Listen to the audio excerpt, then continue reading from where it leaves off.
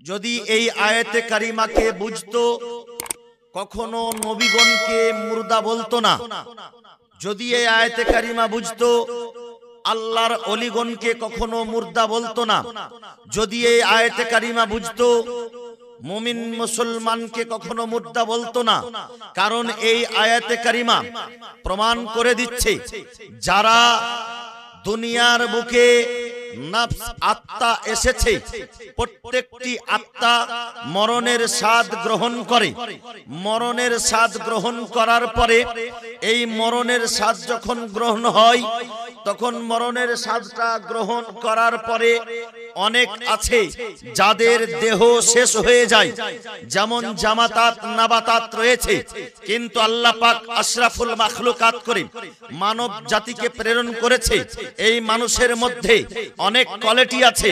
কেউ নাস্তিক আছে, কেউ বেদিন আছে, কেউ মুশরিক আছে, কেউ আবার জৈন আছে, কেউ বৌদ্ধ আছে, কেউ ইহুদি আছে, কেউ খ্রিস্টান আছে, কেউ আবার মুসলমান আছে। যারা মুসলমান হয়ে দুনিয়ার বুকে আসতে পেয়েছে তাদের সৌভাগ্য যে মহান রব্বুল আলামিন তাদেরকে দুনিয়ার বুকে মুসলমান করে পাঠিয়েছেন। ইসলাম রূপে তারা দুনিয়াতে আসতে পেয়েছে। বেরাদারেন ইসলাম, মুআজ্জাজ মুহতারাম সামাইনে কেরাম, কিন্তু পৃথিবীতে যারা আছে তাদের দেহখানা গলে যায়, পচে যায়, শেষ হয়ে যায়। কিন্তু বেরাদার যারা মুমিন মুসলমান, একজন খাঁটি মুমিন, একজন খাঁটি মুসলমানের দেহ পর্যন্ত কবরের ভিতরে সুরক্ষিত থাকে। জোরে বলুন সুবহানাল্লাহ। আর মরে যাওয়া মানে শেষ হয়ে যাওয়া নয়। কুল্লু নাফসিন যায়কাতুল মাউত মানে মরণের স্বাদ গ্রহণ করতে হবে, বা মরণের স্বাদ আমরা গ্রহণ করছি। কুল্লু নাফসিন যায়কাতুল মাউত, প্রত্যেকটি আত্মাকে মরণের স্বাদ গ্রহণ করতে হবে। বক্সের আওয়াজটা একটু দেওয়া যাবে হালকা করে? বক্সেরটা শুনুন, হালকা একটু, মানে সামান্য, খুব বেশি না। খুব বেশি দিলে আবার কথা রিপ্লে হবে। হ্যাঁ, বক্সের আওয়াজটা একটু, হ্যাঁ হ্যাঁ, সুবহানাল্লাহ, বাস, মাশাআল্লাহ মাশাআল্লাহ, এটুকুন হলেই তো যথেষ্ট। না মাইক ভালো আছে, একটু করে বদমাশি করতে লাগছে নাকি? ভালো, যাক, আল্লাহ আল্লাহ ওকে ভালো রাখুক, আরো ভালো করে মাইক বাজানোর জন্য তৌফিক দেয়। জোরে বলুন আমিন। খুব সুন্দর একটি কথা বলছিলাম। ছোটবেলা শৈশব কাল থেকে আয়াতে কারিমা শুনে এসেছি, কিন্তু আজকে আয়াতে কারিমার তাৎপর্য এবং সুন্দরভাবে বিশ্লেষণটা একটু বুঝুন। মহান রব্বুল আলামিন ইরশাদ করেন, কুল্লু নাফসিন যায়কাতুল মাউত, মরণের স্বাদ গ্রহণ করতে হবে। প্রত্যেকটি আত্মাকে স্বাদ গ্রহণ করা আলাদা, খাওয়া আলাদা। আমাদের এই কথাটা আমাদের রান্নাঘরের যারা মা বোন তারাও জানে যে স্বাদ গ্রহণ করা আলাদা আর খেয়ে নেওয়া আলাদা। বেরাদারেন ইসলাম, একটু হাতে নিয়ে জিভাতে লাগিয়ে দেওয়া মানে এটা হলো স্বাদ গ্রহণ করা, আর পেট ভর্তি করে বা পেটে পাঠিয়ে দেওয়া, খেয়ে নেওয়া, এটা হলো খাওয়া। তো মরণের স্বাদ গ্রহণ করতে বলা হয়েছে, বা মরণের স্বাদ গ্রহণ করবে কথার এলান করা হয়েছে। প্রত্যেকটি নফস, প্রত্যেকটি আত্মা, প্রত্যেকটি জিরুহ মরণের স্বাদ গ্রহণ করবে। কিন্তু বেরাদারেন ইসলাম, মরে শেষ হয়ে যাবে এ কথা নয়। যদি মরে শেষ হয়ে যেত তবে কাফিরদেরকে আল্লাহ আযাব কিভাবে দিবে যদি শেষ হয়ে যায়? বেরাদারেন ইসলাম, তার মানে বোঝা গেল কাফিররা নিজের কুফরের জন্য আযাব পাবে, মুশরিকরা নিজের শিরকের জন্য কবরে আযাব পাবে। বা যেই জায়গাতে থাক না কেন, যেইখানে থাক না কেন, সেখানেই তার কবর হয়ে যায়। যদি কোনো মানুষকে জঙ্গলের হিংস্র পশু খেয়ে ফেলে, তো সেই হিংস্র পশুর পেটখানায় তার জন্য কবর, সেখানেই তার হিসাব নিকাশ হবে। কোনো মানুষ যদি নদীতে ডুবে মারা যায়, সেটাই তার জন্য কবর হয়ে যায়। বেরাদারেন ইসলাম, এক কথায় যে যেখানে যেই রকম ভাবে মরুক না কেন, তার জন্য সেটাই হিসাব নিকাশের জায়গা হয়। যারা কুফফার, যারা ফাসিক ও ফুজ্জার, তারা আল্লাহর ফেরেশতা কেরামা, আল্লাহর ফেরেশতা মুনকির নাকিরের উত্তর দিতে পারবে না। তারা বলবে হা হা লা আদরি, আমরা কিছু জানি না। দুনিয়ার লোক যা বলতো আমরাও তা বলতাম। তখন তাদের উপরে আল্লাহর আযাব শুরু হয়ে যায়। বেরাদারের ইসলাম, তার মানে তারাও মরণের স্বাদ গ্রহণ করেছে, তারাও মরে শেষ হয়ে যায়নি, তাদেরকে আল্লাহ আযাব দিচ্ছে। বেরাদার, একজন কাফিরকে আল্লাহ যদি আযাব দেওয়ার জন্য সেই কবরের মধ্যে তাকে আযাব দিতে পারে, তো একজন মুমিন মুসলমান মরে গিয়ে কখনো শেষ হয়ে যায় না। এতদূর পর্যন্ত রয়েছে যারা খাঁটি মুমিন হবে, যারা খাঁটি মুসলমান হবে, কবরে তাদের দেহ পর্যন্ত মাটি স্পর্শ করবে না। শুধু দেহ তো দূরের কথা, তার কাফন পর্যন্ত নষ্ট হবে না। কবি বলতেছেন, কোন कहता है कि मोमिन मर गया वो कैद से छूटा अपना घर गया। জোরে বলুন সুবহান। মুমিন মুসলমান মরে গিয়ে শেষ হয়ে যায় না, কবরে যাওয়ার পরেও তারা জীবিত থাকে, তাদের আত্মা জীবিত থাকে। আর সেই আত্মাখানা, আত্মা জগৎ থেকে যদি আত্মা আলা ইল্লিয়িনে থাকে, আর সেই দেহটি যদি ওই রকম কোন আশিকে রাসূল বা হাফিজে কোরআন বা আলিমে দ্বীন বা ওই রকম কোন হাজী, নেককার হাজী, এক কথায় আল্লাহর নেক বান্দা যদি হয়, তো তার আত্মাখানা তাকে ওই দেহখানাকে পাওয়ার দেয়, তার দেহখানাকে কিয়ামত পর্যন্ত নষ্ট হতে দেয় না। যদি একজন মুমিনের দেহ, নেক বান্দার দেহ যদি নষ্ট না হয়, অন্তরে হাত রেখে ভেবে দেখুন, আমার নবী কি মরে শেষ হয়ে গেছে? কখনো হতে পারে না। নবীগণ হচ্ছে জিন্দা, নবীগণের জিন্দার প্রমাণ স্বয়ং হাদিস দিচ্ছে। হাদিসে পাক হযরত আবু দারদা রাদিয়াল্লাহু তাআলা আনহু হতে বর্ণনা, তিনি বললেন, আমার রাসূল পাক বলেছিলেন, ও আমার সাহাবীগণ শুক্রবারে বেশি করে দুরূদ পড়বে। সাহাবীগণ জিজ্ঞাসা করেছিলেন, ইয়া রাসূলুল্লাহ, আপনার জীবিত থাকা অবস্থায় না আপনার পর্দাগমন করার পরে যখন কবরস্থ হবেন তারপরেও কি পড়বো? আমার রাসূল পাক বলেছিলেন সেই সময়, ইন্নাল্লাহা আনতাকুলা আলাল আরদি আজসাদাল আম্বিয়া ফানাবিউল্লাহি হাইয়ুন ফায়ুরযাকু। নবীগণের দেহকে মাটির উপরে খাওয়া আল্লাহ পাক হারাম করে দিয়েছে। মাটি নবীর দেহকে স্পর্শ করতে পারে না, নষ্ট করতে পারে না। মাটির উপরে আল্লাহ নবীগণের দেহকে খাওয়া হারাম করেছে। ফানাবিউল্লাহি হাইয়ুন ফায়ুরযাকু, আল্লাহর নবীগণ জীবিত, তারা আল্লাহর পক্ষ থেকে রোজি পায়। জোরে বলুন সুবহানাল্লাহ।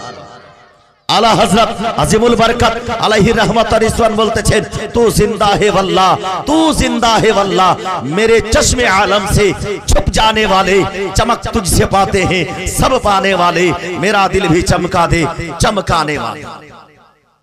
বাইহাকি শরীফের হাদিস। আরে নবীগণ তো জীবিত। একজন সাহাবী রাসূল শিফা শরীফের মধ্যে লিখেছে যে সেই জন সাহাবী হয়ে গিয়েছিলেন। আর বাইহাকি শরীফের মধ্যে লেখা আছে যে না, সেই সময় তিনি সাহাবী হননি। আমার নবী যখন তাকে ইসলামের দাওয়াত করেছিলেন, একজন লোককে, সেই লোকটি দাবি জানিয়েছিল, ইয়া রাসূলুল্লাহ, ইয়া হাবিবাল্লাহ, আমি ইসলাম গ্রহণ করতে পারি, আমি মুসলমান হয়ে যেতে পারি, কিন্তু আমার প্রাথমিক জীবনে, প্রাক ইসলামিক যুগে আমি যখন ইসলাম প্রচার হয়নি, সেই সময়কালীন যখন বাচ্চাদেরকে জীবিত দফন করে দেওয়া হতো, মেয়ে বাচ্চা হলে তাকে জিন্দা দারগোর করে দেওয়া হতো, যদি ছেলে বাচ্চা হয় তাকে রাখা হতো, মেয়েদেরকে যখন স্বামী মারা যেত তার সঙ্গে তার চিতার উপরে রেখে তাকে শেষ করে দেওয়া হতো, জ্বলিয়ে দেওয়া হতো, মেয়েদেরকে লাঞ্ছিত করা হতো, মেয়েদের বড় দুর্দশা ছিল। সেই সময় আমার ঘরে একটা কন্যা সন্তান হয়েছিল। আমি এক জঙ্গলের মধ্যে সেই কন্যা সন্তানটাকে আমি ফেলে এসেছিলাম। সেই কন্যা সন্তানকে যদি আপনি জীবিত করে আমাকে দেখাতে পারেন, তো তবে আমি আপনার কাছে কলেমা পড়ে ইসলাম ধর্ম গ্রহণ করে নেব, আমি ঈমান নিয়ে চলে আসব। আমার রাসূল পাক সাল্লাল্লাহু আলাইহি ওয়াসাল্লাম সেই জন লোককে নিয়ে সঙ্গে নিয়ে বলছেন, চলো, তুমি কোন জঙ্গলে তোমার সেই মেয়েকে রেখে এসেছিলে? আল্লাহু আকবার। সেই ব্যক্তি আমার রাসূলের সঙ্গে হয়ে গেল, একটি ঘন জঙ্গলে গেলেন। ঘন জঙ্গলে যাওয়ার পরে বলছেন যে এই জঙ্গলে আমি আমার মেয়েকে ফেলেছিলাম, ছোট্ট মেয়ে ছিল, একেবারে শৈশবকাল ছিল। যখন দেখলাম যে এটি মেয়ে, আমি জঙ্গলে ফেলে দিয়েছিলাম। কারণ সেই সময় এমনই ঘটনা ঘটতো বেরাদার, যেমন হযরতে দাহিয়া কালবি হযরতে জামিলাকে নিয়ে গিয়ে আল্লাহু আকবার জিন্দা দফন করেছিল, দারগোর করেছিল। এই সমস্ত কথা খুব ভয়ঙ্কর এবং খুব দর্দনাক, খুব ব্যথাদায়ক কথা এগুলো। আল্লাহু আকবার।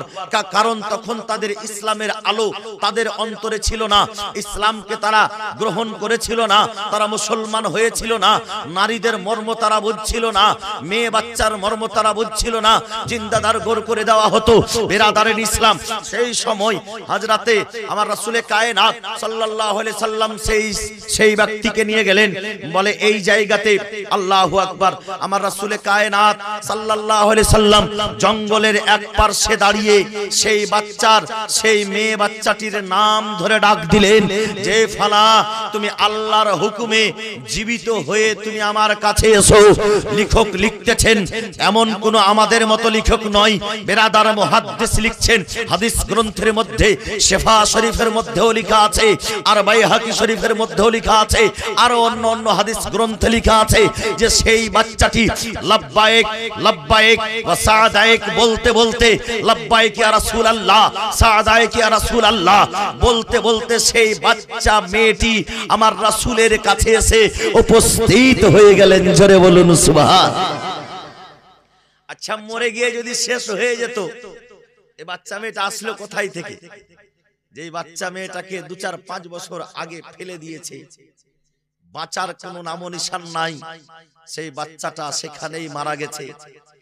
তারপরে আমার নবী যখন ডাকলেন, আমার নবীজির ডাক দাওয়াতে সে মেয়ে বেরিয়ে আসছে জঙ্গল থেকে। যেমনই বেরিয়ে আসা সেই ব্যক্তিটি আমার রাসূলে পাকের দরবারে অঝর নয়নে কেঁদে ইসলাম ধর্মকে গ্রহণ করেছিলেন।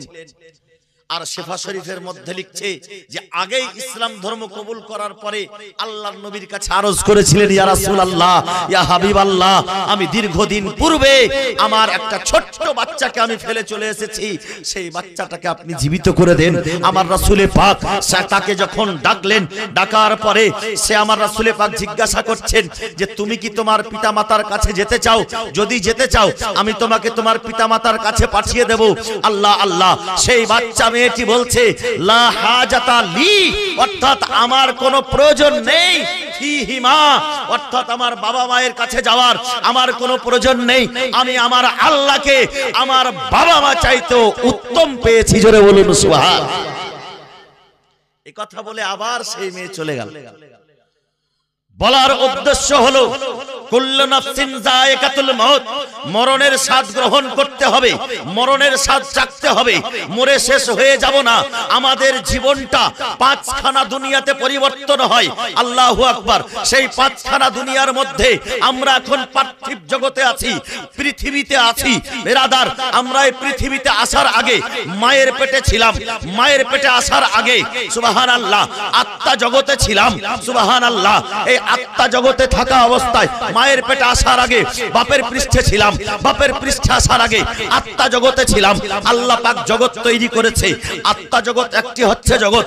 আমরা আল্লাহ পাক যতদিন চাইলেন আমরা আত্মা জগতে ছিলাম, সেইখান থেকে বলো দুনিয়া পরিবর্তন করতে হবে, দুনিয়া পরিবর্তন করলাম, বাপের পৃষ্ঠে আসলাম, বাপের পৃষ্ঠটা একটা জগৎ, সেই জগতে যতদিন থাকার ছিল আল্লাহ যতদিন চাইলেন সেখানে থাকলাম। আবার হুকুম হলো দুনিয়া পরিবর্তন করতে হবে।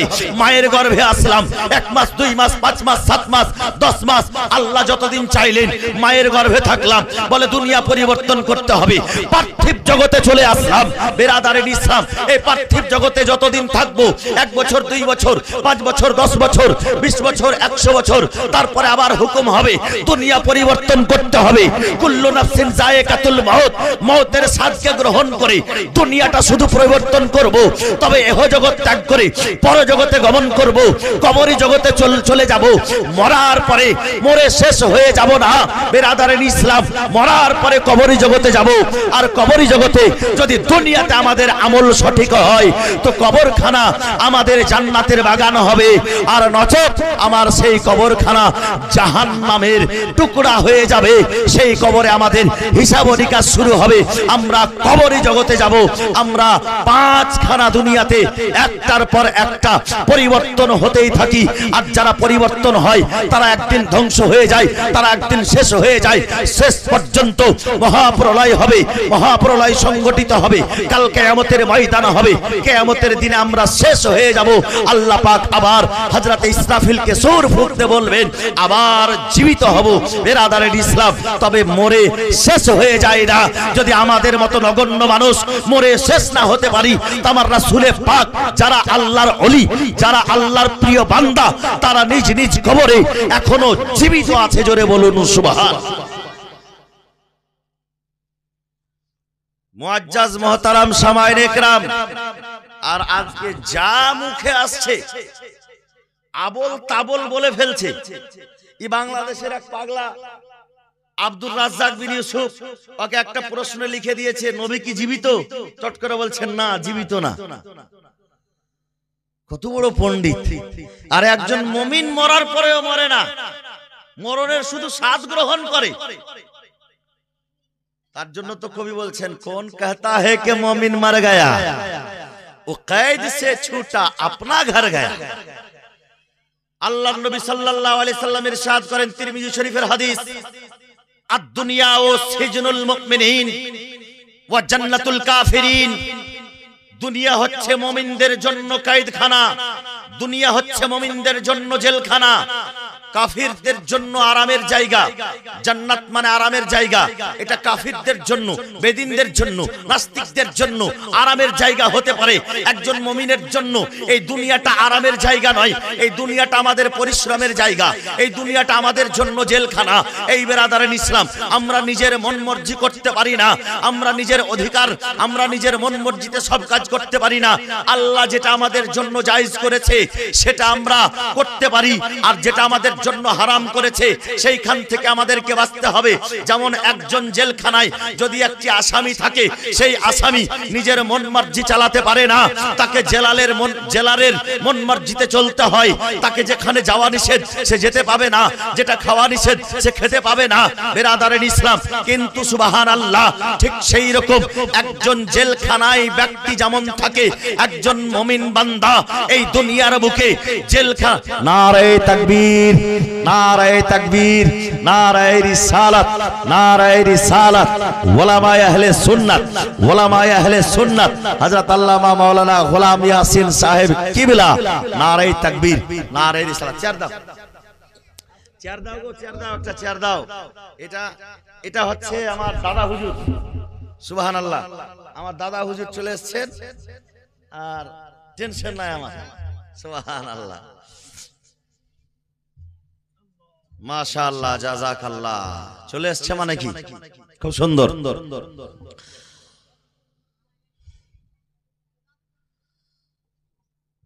বলে যেমন কায়েদখানায় একজন ব্যক্তিকে রাখা হয়, তো কায়েদখানাতে নিজের মন মর্জি চালাতে পারে না, নিজের পাওয়ার দেখাতে পারবে না, তাকে জেলারের মতামতে চলতে হবে। ঠিক একজন মুমিন, তার জন্য অনেক কিছু বাধা আছে। সে মদ্যপান করতে পারবে না, সে জুয়া খেলতে পারবে না, সে জিনা করতে পারবে না, অনেক বাধা আছে। তাকে নামাজ পড়তে হবে, অপরিহার্য করা আছে। তাকে রোজা করতে হবে, অপরিহার্য করা আছে। তাকে যাকাত দিতে হবে, অপরিহার্য করা আছে। তাকে হজ করতে হবে যদি সমর্থ থাকে, অপরিহার্য করা আছে। তাকে ভালো ব্যবহার করতে হবে বিরাদারিন ইসলাম। যদি না করে, যদি আল্লাহর হুকুম পালন না করে, তবে অবশ্যই সেই কবরে তাকে হিসাব দিয়ে দিতে হবে। কারণ যে এই দুনিয়াটাকে জেলখানা আল্লাহর নবী বলে দিয়েছেন মুমিনদের জন্য। আর তুমি যদি নিজেকে স্বাধীন মনে করে যেটা খুশি সেটা করো, কবর তোমাকেও যেতে হবে। আর সেই কবর ডাক দিচ্ছে যে আমি ভয়ঙ্কর ঘর, একবার শুধু আমার কাছে আসো। একবার শুধু আমার কাছে আসো, তারপরে তোমাকে আমি বুঝিয়ে দেব। আল্লাহু আকবার। একটা মানুষ 10 বছর 20 বছর পরে যদি জেলখানা থেকে ছুটে আর জেলখানা থেকে ছুটে বাড়ি আসে, তবে সেই ব্যক্তিটি খুশি হয় না দুঃখ পায় গো? খুশি হয়। যদি আপনি সত্যিকারের মুমিন হন, যদি আপনি মুসলমান হন, যদি আপনার অন্তরে নবীর প্রেম থাকে, আল্লাহর ভয় থাকে, আপনার আমল যদি সঠিক থাকে, মরণে আপনাকে ভয় লাগবে না। মরণ যখন আসবে আপনার অন্তরখানা খুশিতে ঝুমে উঠবে যে আমার রাসূলে পাক সাল্লাল্লাহু আলাইহি ওয়াসাল্লামের কবরে গেলে জিয়ারত হবে, রাসূলে পাকের দিদার লাভ হবে, আমার নবীজিকে দেখতে পাবো। যেই রাসূলুল্লাহর মহব্বতে সারাটা জীবন কাটিয়েছি, সেই নবীকে কবরে যাওয়া মাত্রই দেখতে পাবো। তার জন্য একজন আশিকে নবী, আশিকে রাসূল খুশিতে ঝুমে উঠে বিরাদারে ইসলাম। তার জন্য কবি বলেছেন, কোন कहता है कि मोमिन मर गया वो कैद से छूटा अपना घर गया। জোরে বলুন। বিরাদারে ইসলাম মুআজ্জাজ মুহতারাম, খুব শর্টকাট আজকে। সুবহানাল্লাহ, মাশাআল্লাহ। ইনি আমার দাদা, আসলে দাদা হলো, মানে এনার ছোট ভাইয়ের নাম নূর আলম আর আমারও নাম নূর আলম। অনেক দিন থেকে আমরা দাদা ভাইয়ে চলি, আল্লাহ পাক যেন কবুল করেন। তা আমার দাদাজি শায়ের, আর ওর সামনে ভাবছি দুই একটা ছন্দ পেশ করব নাকি হযরত? সুবহানাল্লাহ, সুবহানাল্লাহ। একটু মহব্বতে বলো সুবহানাল্লাহ। फूल भी मुस्कुराने लगा है, पत्तियां मुस्कुराने लगी है, फूल भी मुस्कुराने लगा है, पत्तियां मुस्कुराने लगी है, आ गई है बहारे चमन में, तितलियां मुस्कुराने लगी है। শুধু শায়েরের গাজালে সুবহানাল্লাহ বলবা, আমার গাজালেও বলো, নেকি তো কোন সময় পাওয়া যাবে। ভালো পিছনে বলছে বলি সুবহানাল্লাহ। যাক, ভালো লাগলেও না লাগলেও সুবহানাল্লাহ বলে নেকি পাওয়া যাবে। এবার মহব্বতে বলো সুবহানাল্লাহ। फूल भी मुस्कुराने लगा है, पत्तियां मुस्कुराने लगी है, आ गई है बहारे चमन में, तितलियां मुस्कुराने लगी है, उनके कदमों का एहसान है,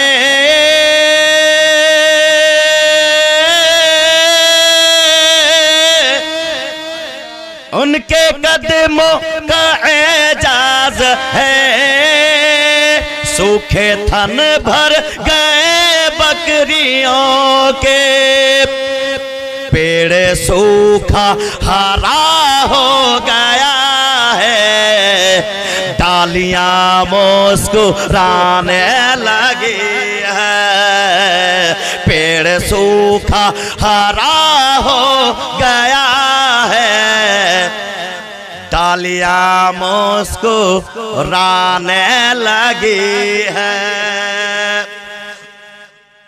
হযরতে জাবির রাদিয়াল্লাহু তাআলা আনহু খন্দকের যুদ্ধে আমার নবীর পেটে পাথর বাঁধা দেখে দাওয়াত করেছিলেন। আমার নবীকে শুধু দাওয়াত করেছিলেন, আর আমার নবী সমস্ত সাহাবীকে নিয়ে গিয়ে মাত্র আধা কিলো আটার একটা ছোট্ট ছাগলের বাচ্চাতে সমস্ত সাহাবীকে পেট ভর্তি খাবার খাওয়িয়েছেন। মুহাব্বতে বলুন সুবহানাল্লাহ। दीजो खंदक में दावत नबी को, दीजो खंदक में दावत नबी को, अपने हमरा ही लेके सभी को, हजरत जाबिर के घर जब गए रोटियां मुस्कुराने लगी है, हजरत जाबिर के घर जब गए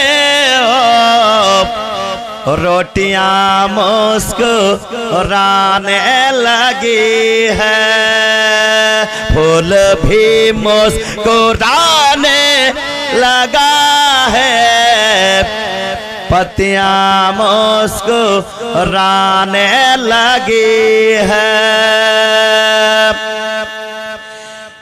खतीजा से घर जो बसाया, मोमिनों की माँ उनको बनाया। अब तो बेवा के हाथों में फिर से चूड़ियां मुस्कुराने लगी है। अब तो बेवा के हाथों में फिर से चूड़ियां मुस्कुराने लगी है। आखिरी बंद समाप्त फरमाए। একটু আগে বললাম যে মেয়েদেরকে জিন্দা দফন করে দিত প্রাক ইসলামিক যুগে, অজ্ঞতার যুগে, মূর্খতার যুগে। এই নারীদেরকে তারা ভালোবাসা দিত না, ছোট বাচ্চা নারী হলে তাকে জিন্দা দফন করে দেওয়া হতো। কবি সেই কথাটাকে তুলে ধরেছেন। ডালিয়া মুস্কুরানে लगी है, जिंदा दर गौर करते थे लड़की,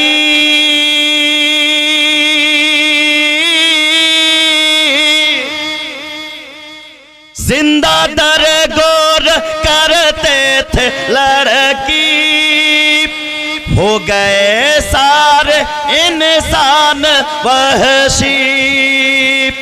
सदकाए मुस्तफा है जो दिल पर बेटियां मुस्कुराने लगी है। सदकाए मुस्तफा है के दिल पर बेटियां मुस्कुराने लगी है, फूल भी मुस्कुराने लगा है, पत्तियां मुस्कुराने लगी है। आ गई है बहारे चमन में, तितलियां मुस्कुराने लगी है। अब तो बेवा के हाथों में फिर से चूड़ियां मुस्कुराने लगी है। हजरत जाबिर के घर जब गए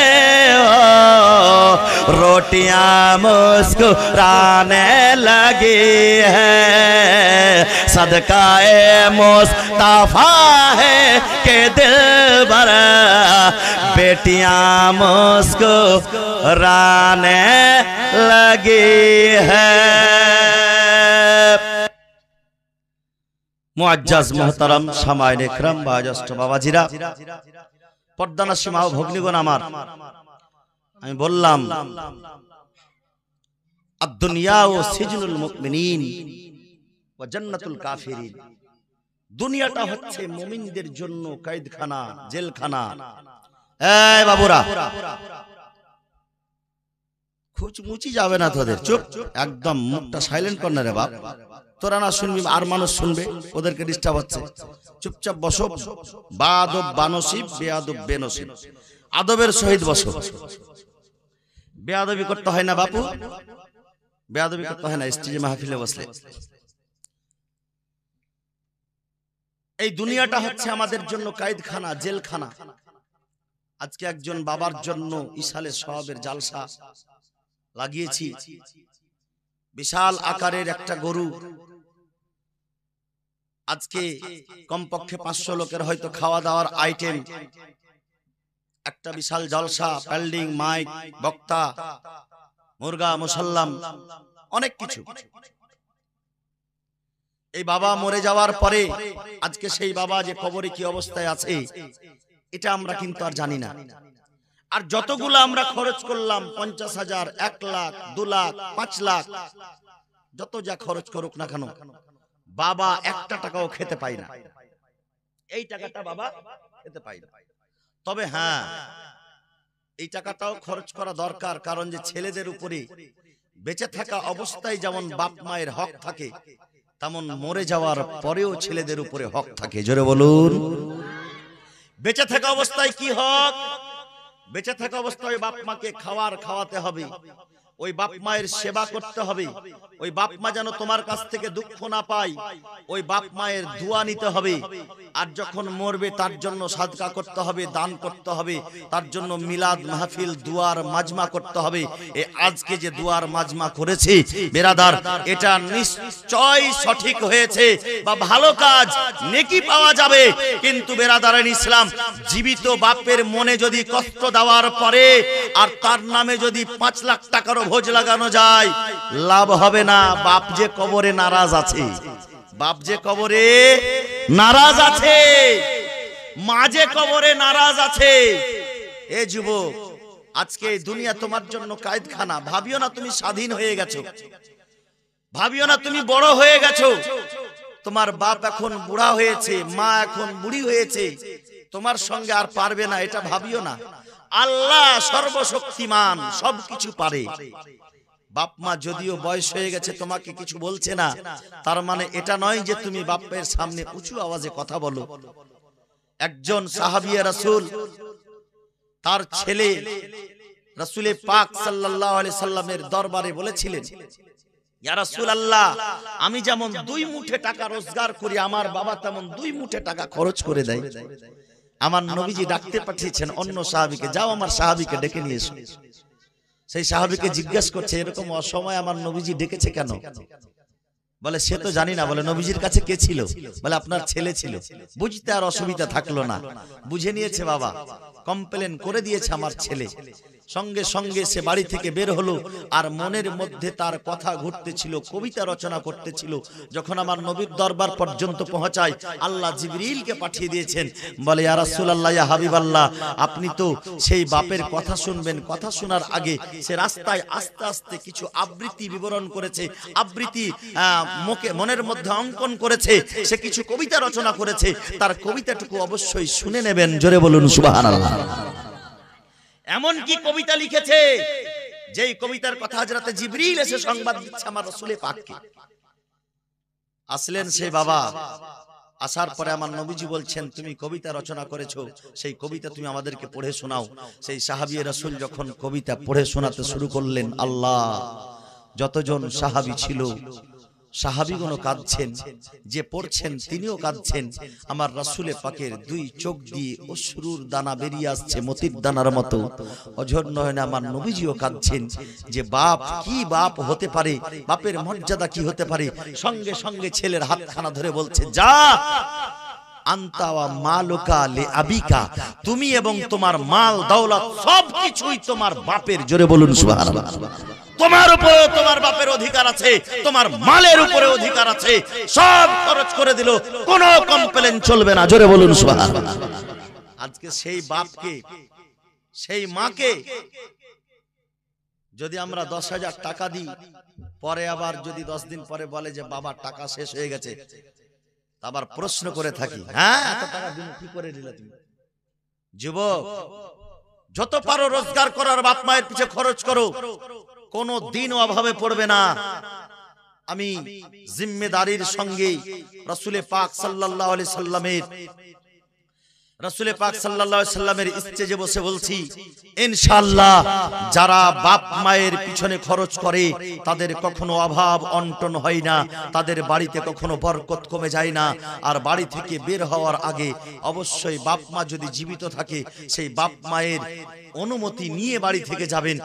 অনুমতি নেওয়ার মানে হলো যে বলে যাবেন যে মা বা বাবা আমি আসছি অমুক জায়গা যাচ্ছি, 2 দিনের জন্য 5 দিনের জন্য। যদি বাইরে চলে যান, তো যদি সে মারা যায়, তার কবরের পাশে গিয়ে জিয়ারত করে এসে কবরের পাশে দাঁড়িয়ে বলবেন, আব্বা মা আজকে আমি বিদেশে যাচ্ছি, আল্লাহ আল্লাহ। দেখবেন তার কবরের জিয়ারত করে যদি আপনি বাইরে যান, আল্লাহু আকবার, আপনার রোজগারে বরকত হবে, আসমানি জমিনি বালা মুসিবত থেকে আল্লাহ আপনাকে বাঁচিয়ে নেবে। জোরে বলুন। শেষ কথা একটি বলে জলসা শেষ করে দেব। হযরতে মুসা কালিমুল্লাহ আলাইহিস সালাম আল্লাহর সঙ্গে কথা বলতেন। কার সঙ্গে? তাফসীরে নাঈমের লেখক হযরত আল্লামা নাঈমউদ্দিন মুরাদাবাদী লিখেছেন সেই কথা যে মদিনার মধ্যে একজন বুজরুক আমার সঙ্গে সাক্ষাৎ হয়েছিল, কথাটি বলেছিলেন হযরতে মুসা কালিমুল্লাহ তুর পাহাড়ে আল্লাহর সঙ্গে কথা বলার জন্য যেতেন। সেই মুসা কালিমুল্লাহকে হঠাৎ করে আল্লাহ পাক সংবাদ দিচ্ছে, মুসা তুমি যখন আসবে তো সাবধান হয়ে আসবে। বলে আল্লাহ, নবীদের জন্য তো কোনো অসুবিধা নাই, নবীদের জন্য তো কোনো ভয় নাই। পাথরে পা লাগলে পাথর তো ফুলের মতো হয়ে যাবে, কাঁটাতে পা পড়লে কাঁটা তো ফুল হয়ে যাবে। কোনো বিষাক্ত জন্তু আমাকে দংশন করতে পারে না, কোনো হিংস্র পশু আমাকে গ্রাস করতে পারে না, কোন মুজি জানোয়ার আমাকে কষ্ট দিতে পারে না। আল্লাহ, আমি কেন সাবধান হয়ে আসবো?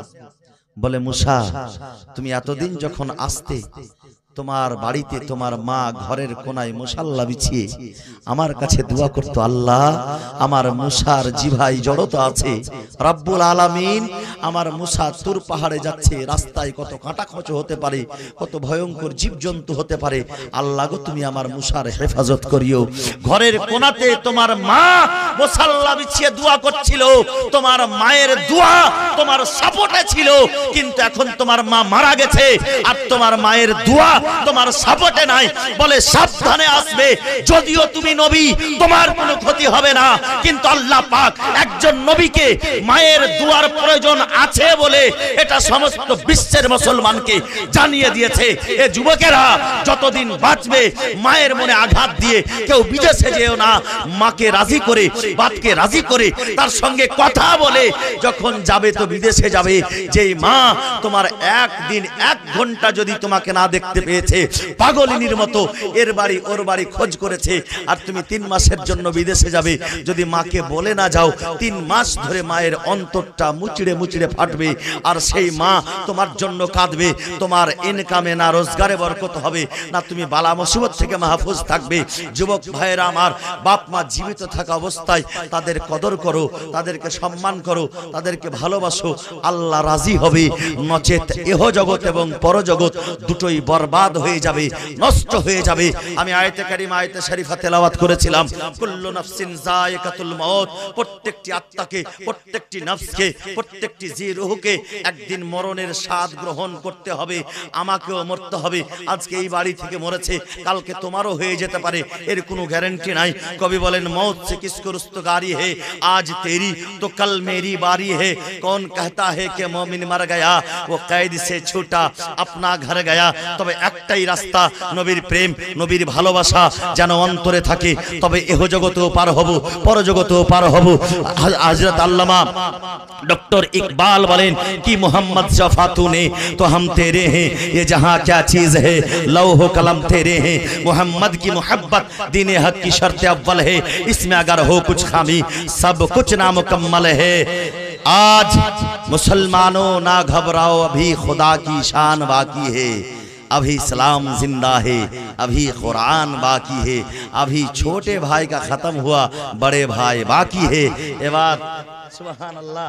আপনাদের সম্মুখে শাহির ইসলাম, এবার শাহির ইসলাম আমাদের বক্তা প্রধান অতিথি হিসেবে হযরত আল্লামা মাওলানা গোলাম ইয়াসিন সাহেব উঠবেন।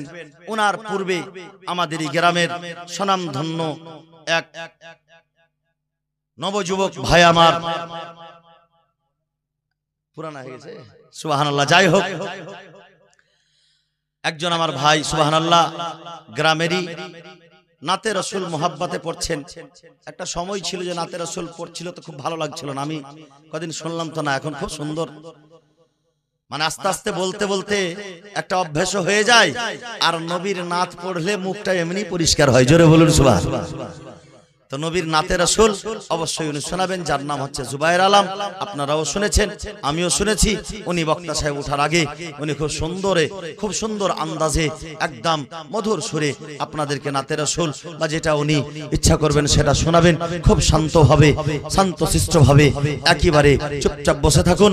কবি বলতেছেন, না ইধার কি বাতে না উধার কি বাতে, ना इधर की बातें ना उधर की बातें, शायर जी सुनाइए बस हमें मदीने वाले की बातें। आइए जनाब जुबैर आलम।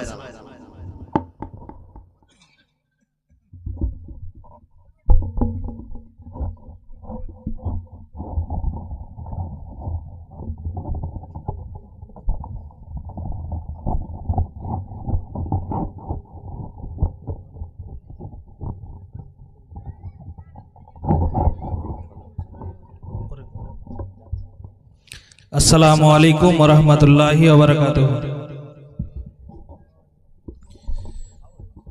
अल्लाहुम्मा सल्ले अला मौलाना